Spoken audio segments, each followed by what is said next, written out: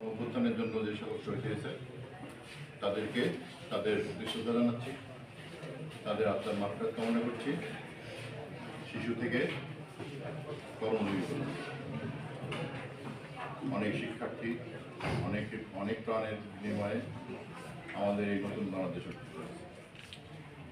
নতুনভাবে আমরা স্বাধীন হয়েছি। আমাদের বক্তব্য একটাই, বৈষম্য থাকে। হ্যাঁ, বিভিন্ন রকম বৈষম্য আছে, বিভিন্ন ধরনের বৈষম্যমূলক কথাবার্তা আমরা বলি, তাই না? এই সকল কথা যেন আমার চিন্তাতেই না আসে। আমরা অনেক সময় সাধারণ ছাত্র, তাহলে অসাধারণ ছাত্র কারা?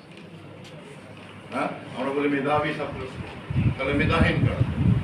একই শব্দ বলা যাবে না। ছাত্র সবাই শিক্ষার্থী, সবাই শিক্ষার্থী, সবাই আমরা শিক্ষক এবং দেশ গড়ার কাজে